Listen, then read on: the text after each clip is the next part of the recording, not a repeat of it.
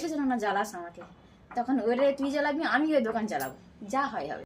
ওই আর কি, কালকের গিয়েছিলুম ডাক্তারখানায়, ওখানে গিয়ে সব কিছু দেখালুম, বললে একদম অল ওকে আছে, তোমার ওজনটা একদম চচ্চর করে বেড়ে গেছে। আমি 1 মাসে এখন 2.5 কিলো বেড়ে গেছি, এত খাওয়ান খাইয়েছে আমার বর আমারে, আমি একদম মোটা হয়ে যাচ্ছি।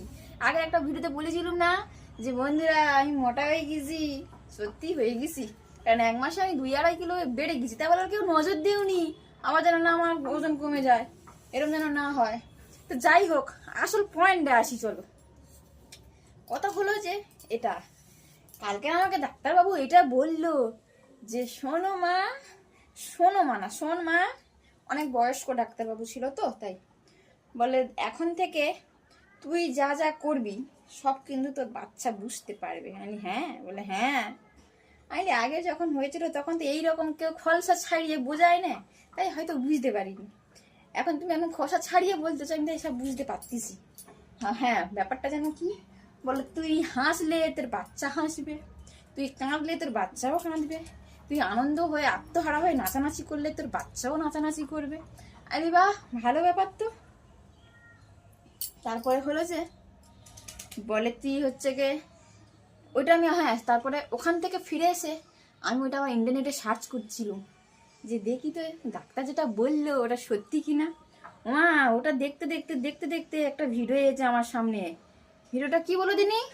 ভিডিওটা হলো এটাই যে বাচ্চার বাবা, একটা বাচ্চা দেখো না, একদম প্রথমে তার মাকে চেনে, তারপর তার বাবাকে চিনতে পারে। তা কি করে তার বাবারা এত তাড়াতাড়ি চিনে ফেলে? মার নালে পেটে থাকে তাই মাকে চিনতে পেরেছে, ঠিক আছে, বাবাকে কেন চিনতে পারবে? তার কারণ হলো, দাঁড়ো আয়নাটা নিয়ে আসি, টিপটা পরবো, এই ক্যামেরায় দেখা যায় না, হ্যাঁ কম দামের ফোন তো বুঝতে পারতেছি না, দাঁড়াও দিনি।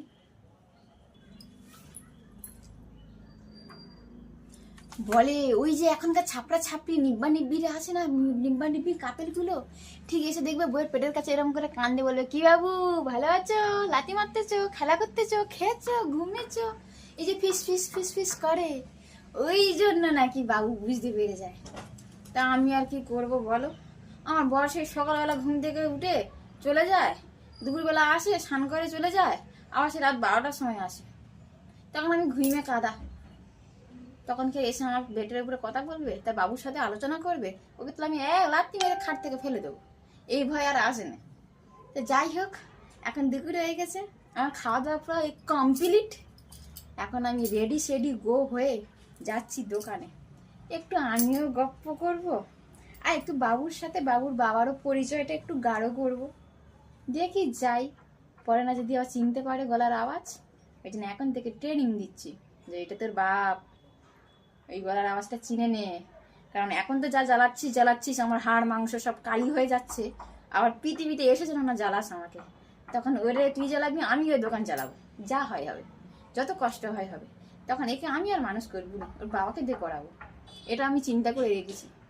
এই 9 মাস আমার যা জ্বালাচ্ছে, আর এখন থেকে কি মা ফুটবল খেলে পেটের মধ্যে, আমার মনে হয় পেটে সেই 3.5 মাস 4 মাস থেকে লাথি মারা ধরেছে, ওর বাবা ফুটবল খেলতো তো, ওই জন্য ও পেটের মধ্যে ফুটবল খেলে এখন থেকে এদের ওদের গুপ গাপ করে ফুলে যাচ্ছে, কি জ্বালাচ্ছে এখন থেকে, তাহলে পরে আমি আরে জ্বালা নেবো? একদমই না, আমি নেবো নি এই জ্বালা, আমি দিয়ে দেবো, বলতি ওদের জ্বালা, আমার জ্বালাইস নি। একটু ভালো লাগলো এই কথাগুলো বলতে, ভালো লাগলে ভালো কমেন্ট করো, খারাপ লাগলে খারাপ কমেন্ট করো, আমার কারোর কমেন্ট গায়ে লাগে না, আমি দেখবো আর চুপ করে থাকবো। একটু ঢং করে নিলাম।